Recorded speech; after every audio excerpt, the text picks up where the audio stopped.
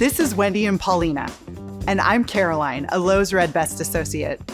This mother-daughter duo is eager to give their garage door an upgrade, and I'm here to walk them through the process. So what's going on with your garage? Well, we have a 2-car garage, which we're really fortunate about, but the part that's really hard with that garage is the door opener.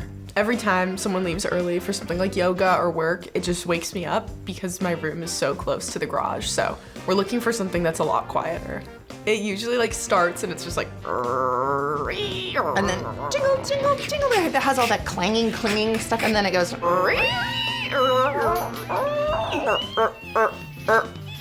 and then it stops. Yeah. It's bad. Yeah, it's really bad.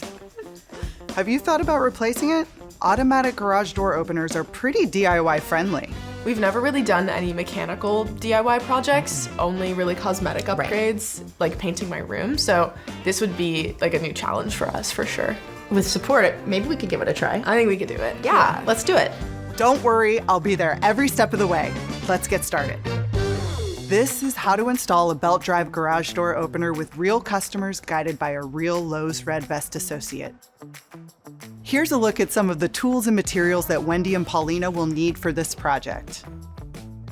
Replacing a garage door opener may seem tricky, but place each piece of the puzzle one at a time and you'll have a smooth garage opening experience before you know it. First things first, Wendy and Paulina uninstalled their current squeaky garage door opener. In most cases, taking down an old garage door opener is pretty simple. Just unplug it, disconnect the wires to the wall control, and remove a few mounting bolts. Next, you'll want to check the garage door is balanced.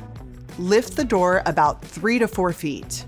If the door is supported by its springs, it will stay in place. Now double check the bottom seal. No gap? No problem. Gaps of more than 1/4 inch may impact the safety reversal mechanism later on. A few safety callouts here. If the garage door sticks or is unbalanced, you must contact a professional before proceeding. Also, garage door elements are under extreme tension. Do not try to adjust springs, cables, or brackets. Finally, check your door material and make sure any required reinforcement is already in place.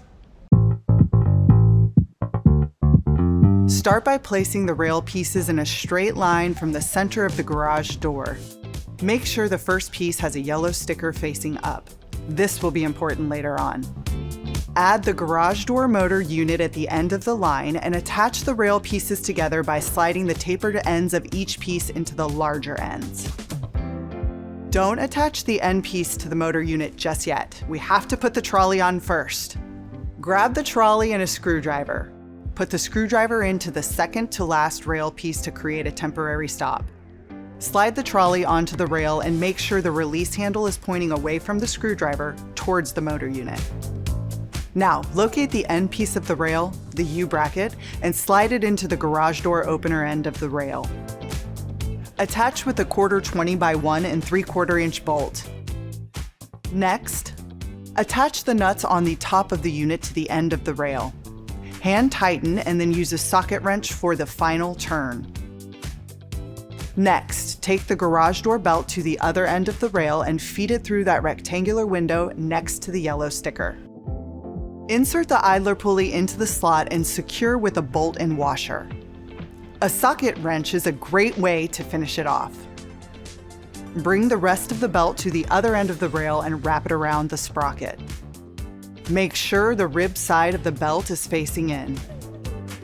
Even out the rest of the length before hooking it onto the trolley. Now, take the shaft and thread it through the other end of the trolley. Attach the spring trolley nut with a few twists. Next, use the MasterLink hardware to connect one end of the shaft to the other end of the belt. It's helpful to use a flathead screwdriver to lock in that final piece above the master link. This next part is a little tricky, so put on safety glasses and take your time. First, if there's any slack in the belt, twist the spring trolley nut to increase the tension. Don't forget, finger tighten only. Insert a flathead screwdriver into the slot in the nut ring. As you hold the nut ring in place with the flathead, slowly rotate the nut on the other end with the wrench. The spring will jump into place, releasing the nut ring against the trolley. Check the tension of the belt again. If it's still too loose, tighten the spring trolley nut a bit more.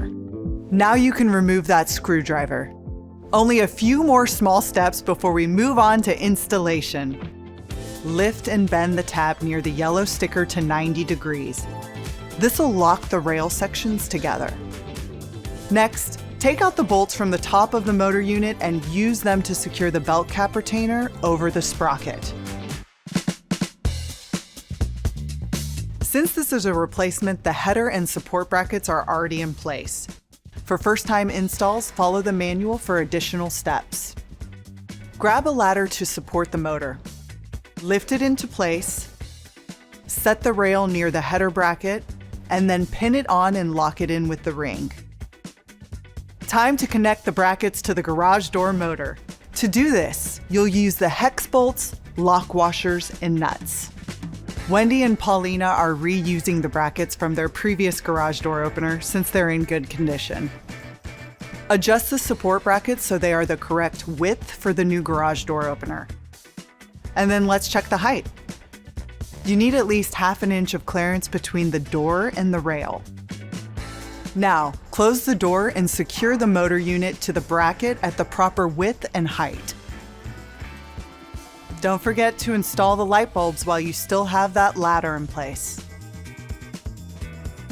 Now install the emergency release rope. The handle should be at least 6 feet above the ground to avoid contact with vehicles. Since the wiring from their previously installed garage door opener is still in good shape, they're reusing it for the new control panel and safety sensors.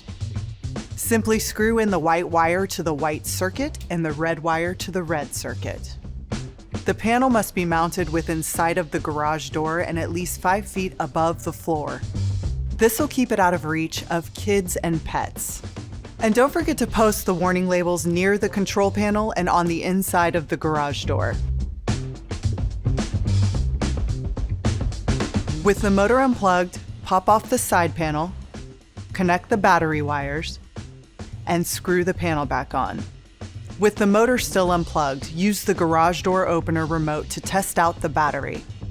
Don't worry if the opener is moving slowly. It's likely that the battery just isn't fully charged yet. This system uses 2 sensors mounted low on each side of the door that detect pets or objects and stops the door from closing. This is an important safety feature.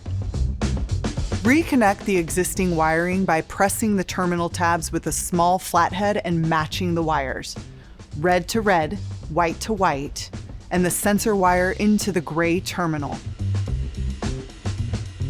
Plug in the opener, then check the safety sensors. One should show a solid amber light and the other a solid green. If the green light blinks, loosen the wing nut and adjust until it's solid.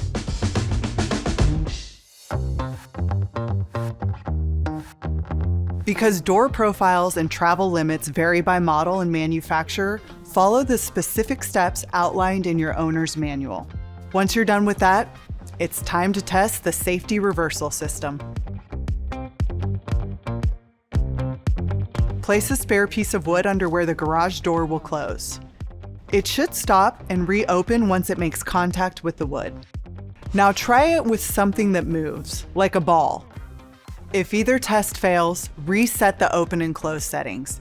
Then double check that the door is fully closed when you set the down position. After that, your garage door opener should be good to go. All right, Paulina, test it. Let's see if it works.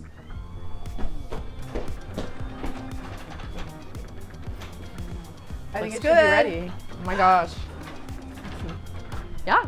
Awesome. Good job. worked. All right, Yeah, I'm good so job. excited. Yeah. It was super quick. Like, I didn't think we could do it, just like the 2 of us, but I guess we could just get it done ourselves. We knocked it out. Yeah. And now, I mean, imagine like what it was like before, how much more quiet this is. I know. I'll finally be able to sleep in, and I won't That's wake right. up every time you leave. I know. It'll be a lot better. It'll be great. Nice work, you two. That's how to install a belt drive garage door opener with a little help from Lowe's. Thanks for watching. All of the tools and materials used in this video are from Lowe's, and you can find links in the description below.